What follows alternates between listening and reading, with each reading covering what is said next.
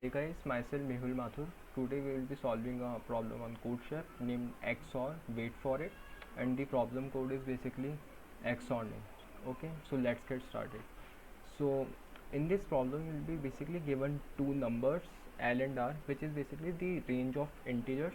And what we have to do is that we need to print if the XOR of all the numbers which are basically present in this range L to R, where L and R are both inclusive, is odd or even. Okay, so also we will be given a warning like large input output, please use fast input output. Okay, this is normal. So let's us look at the input format. So the first line will contain basically t, that is the number of test cases. Now each test case basically contains a single line of output, that is the two integers N and R, which is basically the range left and right. And what we have to do is that we need to print that the XOR of all the numbers which are present in this range is odd or even. Okay, yeah.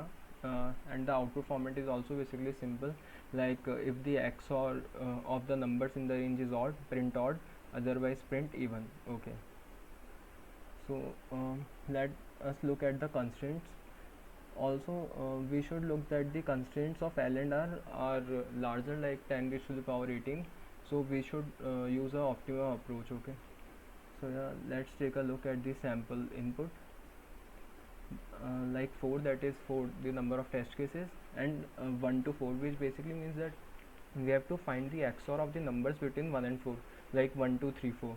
So the XOR is 4, and since 4 is even is printed. Okay, we should also look at the time limit which is given for this question, like 1 second, which is very less. So we should use a proper optimal solution. So many of you might be thinking of taking a variable, for example say XOR as 0, and then running a loop from L to R, and then changing the value of that variable. But you should know that the constraints are quite big, like 10 raised to the power 18. So you cannot do that question by running a loop, and you will exactly get an error like TLE, time limit exceeded. So we need to find some other proper solution of this problem. Yeah, so I want you guys to understand some properties of XOR which are quite important for the approach. So like you should know that the XOR of two odd numbers is an even number. The XOR of an odd number with an even number is an odd number.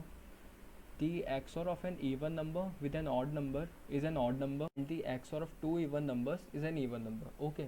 After understanding these properties, what approach I will be using is that in that particular range which is given from L to R, what I am basically doing is that I will be counting the number of odd numbers in that particular range. Yeah, so for example, let us take an example like L is given as 1 and R is given as 6. So the range is basically 1 to 6, 1 2 3 4 5 6. So what shall I will be doing is that I will be counting the number of odd numbers which are present in this range. Now why I am looking for this approach? Yeah, so you can clearly see that the XOR of two odd numbers is an even number. So if the number of odd numbers which are present in that particular range comes to be even, the XOR would be even, otherwise the XOR would be odd. So let us now understand this thing with an example. So for example, I take the range 1 to 6. Okay, so as we can clearly see that in this range basically three odd numbers are present, 1 3 and 5. Okay, so when I take the XOR of 1 and 3, the output comes to be even.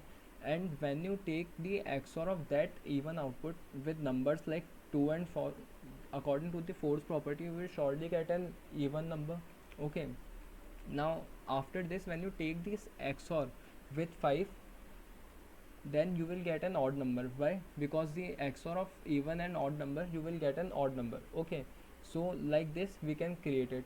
Now what the main thing comes, like we have to make a formula for counting the number of odd numbers within the particular range.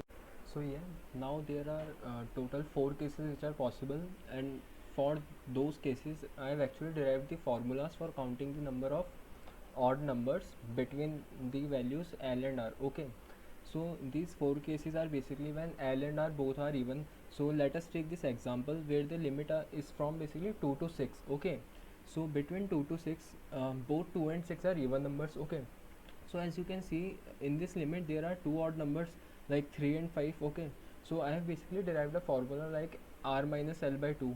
So for this example, 6 minus 2 by 2, that is 2. So the total number of odd numbers is 2. Similarly, I have derived formulas for when L is even and R is odd, and when L is odd but R is even.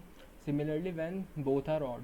So yeah, so now in our code we will be only be using these four formulas, and you can see we can make a if condition like when these both are when L and R both are even, we can put that the number of odd numbers are R minus L by 2. Otherwise, for all the cases, the formula remains the same, that is R minus L by 2 plus 1. Okay, so let us look at the code once. So I have written the code here.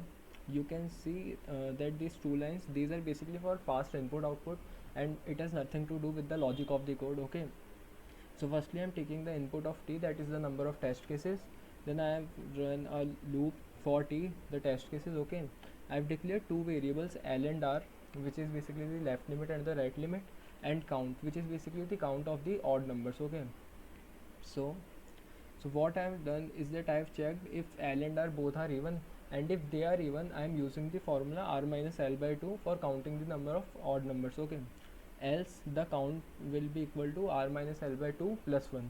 Okay, then after this, as we have discussed earlier, like if the value of count is even, the XOR of all the values will be even, otherwise the XOR will be odd.